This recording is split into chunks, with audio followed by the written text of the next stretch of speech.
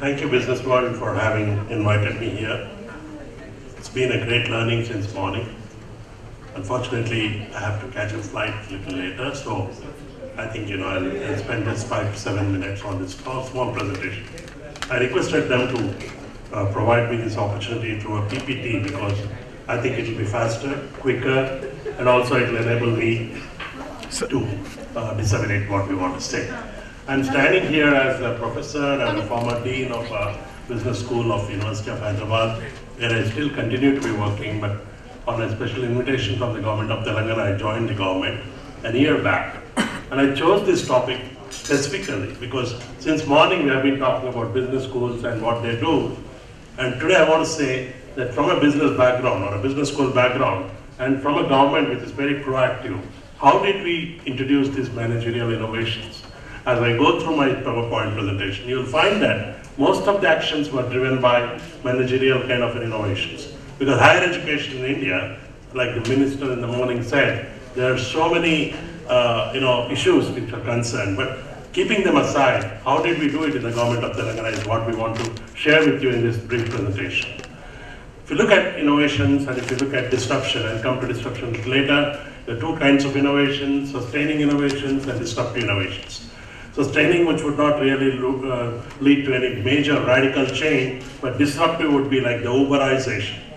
If you look at Uber, Uber has introduced the cab service, Uber Moto, isn't it? So things like that. So I'm talking about disruption in higher education, which could again be related to what the personal computers did to mainframe, cellular phones, discount retailers, and of course the publishing houses today. The library has come to the laptop, the banking has come to the cell phone, and higher education also would be having a great kind of a shift.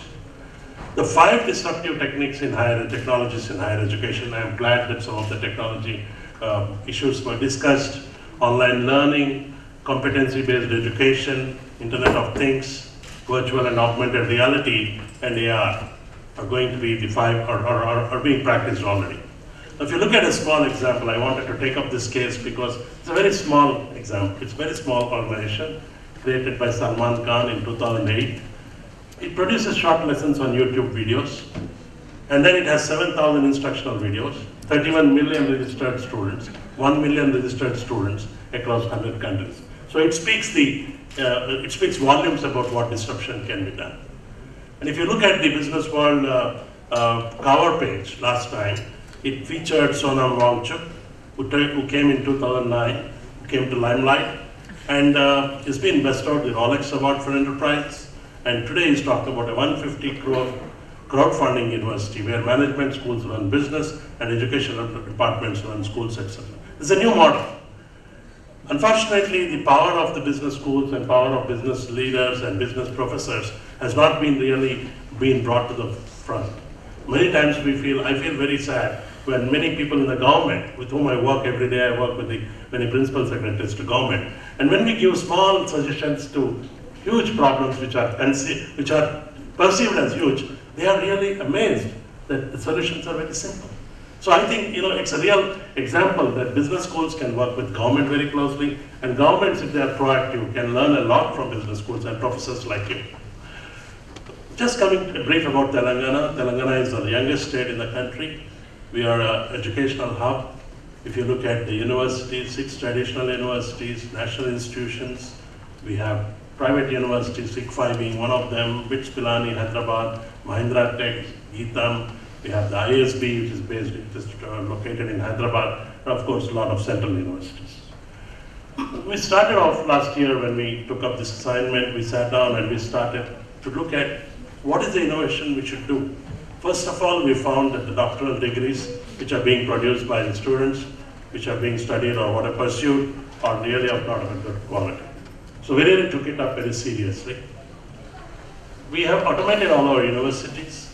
We're trying to improve the placement opportunities.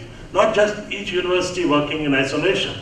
We're trying to create a state-level database of matching and batching of these students. We'll read the last one, use of ICT in admissions. Many states you will find students make multiple applications for degree courses. I introduced a small technology, a small software through the Center for Good Governance, where 2 lakh students register once for a degree admission, and we do the complete allotment right from application till he leaves college. So there's no hierarchy anywhere, there's no intervention, there's no middleman.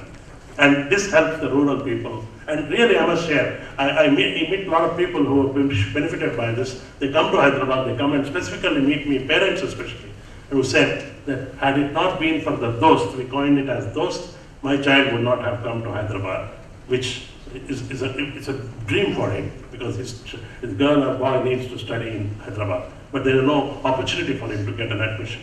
We talked to Google in Hyderabad, and Google is ready to sponsor 450 girl students to pursue internship in Hyderabad, not necessarily at Google, but they want to help them as a CSR kind of a thing. So these innovations, when we talk to businesses, we convene meetings with businesses, they're very proactive. They want to work with us. We have used the maximum central funds. We have a perspective plan for Telangana. I hope the ICT chairman would be there today.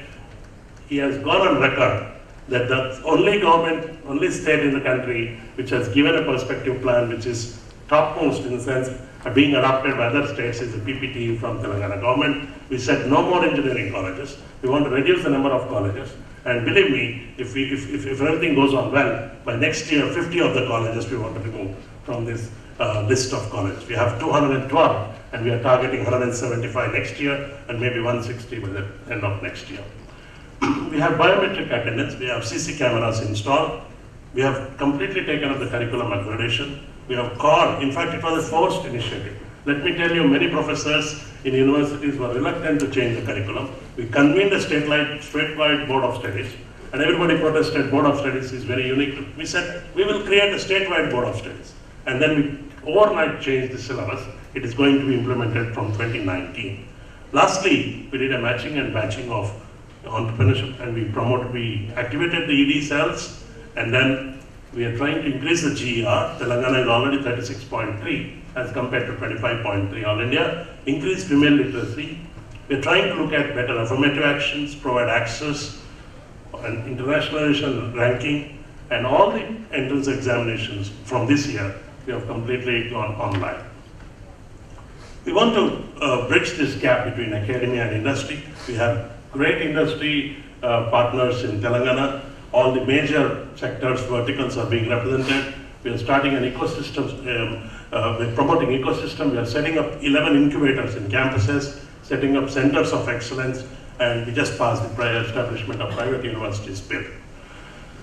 Entering MOUs with a lot of foreign universities which are active, establishment of innovation cells, and of course placement guidance and this thing.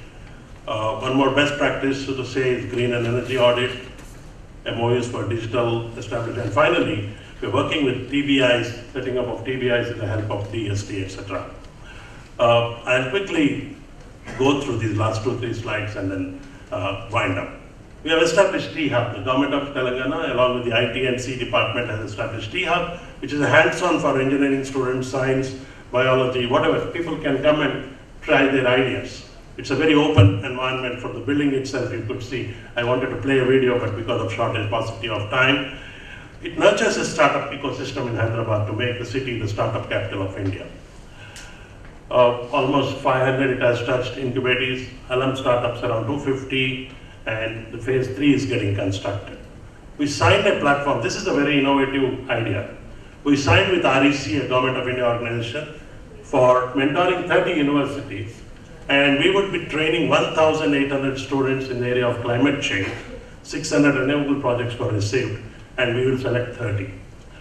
We have started an image tower because we found that universities were not coming out with new courses. For example, the gaming industry is booming now, and there's no structured program except in Pune, Bangalore here. So the government, we took this initiative from the Council of Higher Education. We are starting courses in image, in gaming, etc. We are building an image tower at the Hyderabad Knowledge City. It will have modern studios, motion capture stand, etc., etc.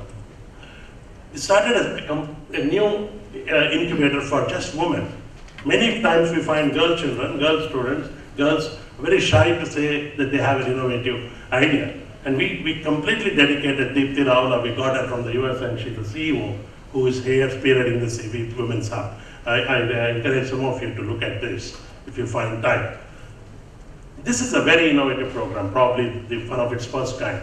You know, Government of India has a scheme called Startup India, and not many states have plugged into that system. So we recently did a Startup India Yatra, in which we got a bus, we got details of all the incubation, entrepreneurial ideas. We went around all the colleges in Telangana. And believe me, some of the ideas are so good, we awarded prizes to them. One of them was a class 10 student who has come out with a very innovative idea to improve farming in Telangana. So we did this along with the Ministry of Commerce recently. And finally, this is the roadmap what we want to do. Because all of you spoke about it, I just thought I'd be very brief. We want to look at higher education which is relevant. We want to completely redesign the system of higher education. Reorient the whole thing and primarily focus on research. We are completely in agreement with the minister when it says one of the things which spoils the higher education today is the API. Because today no longer you find students who want to do research or want to become a better teacher, but they want to have volumes of publications because they want to go for a next, the upward growth is linked to some publications, and all of you know the quality of them. We will improve the academic standards. We will have a better academic administration. We are shortly planning to have conclaves of vice chancellors, train them, send them abroad. We're looking at Germany, Estonia for e-governance, Germany for practice school. Focus on quality and accreditation. Just the day before, we did a workshop for vice chancellors with QS in QS. We want to start up immersion program, management and facilitation program, building linkages, global partnerships, fostering an entrepreneurial ecosystem. And one very great idea, I just mooted it and the minister took it up in just 2 minutes we finalized this. The idea was many engineering students in state of Telangana want to become entrepreneurs. And the university is not allowing them because they need to have attendance, they need to go through the course. So we said, why don't we plan a gap year? So we said it's an immersion year, it could be learning by doing, you could say experiential, you can say anything. And now we are introducing a student in engineering or technology can take a year off, try his startup activity. If he doesn't make it, he can come back. I think the IITs, Jain Sir would be knowing, but Pilani I think has got it and IITs have got it. So why not a state university too? So we convened meeting with all the vice chancellors. We said the students want this and immediately all of them accepted. And of course soft skills and all have been talked about. I'll close my presentation with a small quote which I always have been pretty close to my heart. Optimism is a faith that leads to achievement. Nothing can be done without hope and confidence. Thank you very much for this.